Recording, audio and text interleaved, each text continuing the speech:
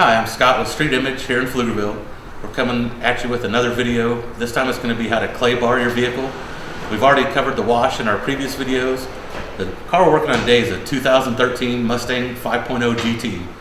The owners have had this thing less than a week. They bought it about 3 days ago. Still got the paper license plates on it, but it needs to be clayed.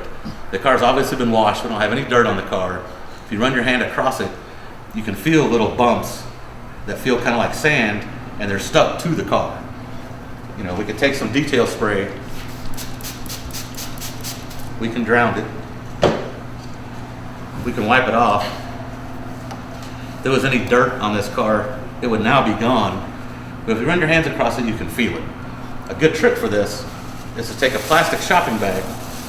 This one is H-E-B, but it can be Home Depot, Walmart, AutoZone, whatever. Stick it on your hand and rub it, and it amplifies the stuff that's stuck to the paint. You can definitely feel it. You can use this to check and see if your car needs to clay, and you can also check when you're done with the clay to make sure you got everything. The clay that we're going to be using today is from Meguiar's. It's their consumer grade clay. You can get it at AutoZone, most hardware stores. It's going to come in a box. It'll have a couple of bricks of the clay. You only need to use them one at a time. It'll come with some detail spray, and it'll come with a microfiber towel, everything that you're going to need to get the job done. The biggest thing with clay is you want to use the detail spray. This is Meguiar's Last Touch, and you want to use a ton of it. It's going to make a mess. It's going to run all over the car. The good thing is you can just wipe it up, and you'll never know that the mess was there. This lubricates the clay so that it doesn't stick to the paint. If we try to clay it with no detail spray, it's not going to move anywhere. We put a bunch of detail spray down. It's going to slide back and forth, and you want to do this really gently. Technically, you could do it with one finger.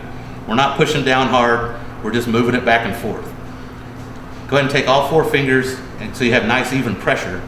And you can go back and forth like this. You can go up and down. You can go round and round in circles. And you'll feel as the paint gets clean, it'll be easier to slide it around. You want to do a small section at a time, about 12 inches by 12 inches.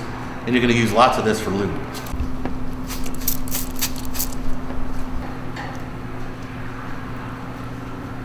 When you're finished, you'll see in this some black specks, and it's just generally dirtier and grayer on this side than it is on this pretty white side. That's all the stuff that it's picking up off the paint. You're not going to remove this stuff washing the car. You can wash it 10 times, come back and clay it, there's still going to be this stuff stuck to the car. This is the only way to get it off of there. With our detail spray that we've got on the car, we're just going to wipe it off.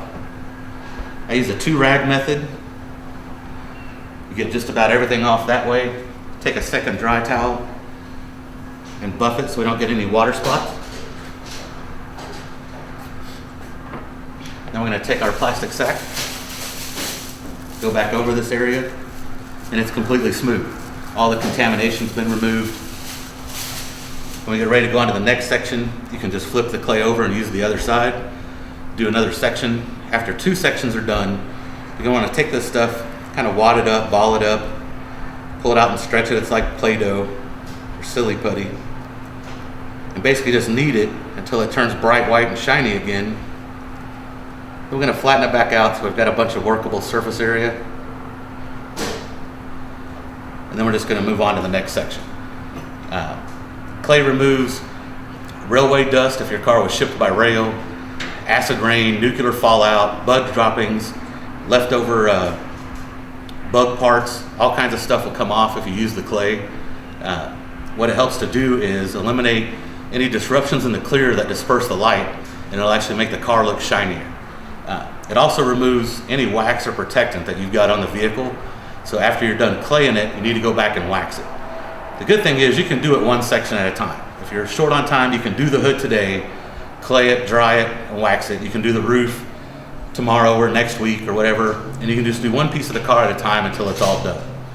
You'll find the heaviest concentrations of contaminants on the surfaces that face up, the hood, the roof, and the deck lid, but you'll also find them on the sides of the car, especially if you have a sports car like a Corvette that heaves a lot of brake dust off of it.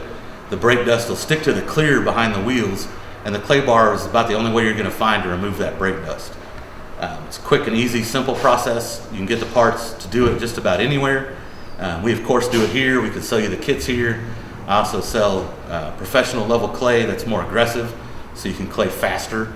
But that's it. It's a simple process. Wash it, clay it, and we're going to put some wax on it, which brings me to our next video, which is going to be waxes, sealants, and coatings. That way, we've got all this done. We need to protect our paint, and we're going to show you how to do that in the next video. This is Scott from Street Image. Thanks for watching, and have a nice day.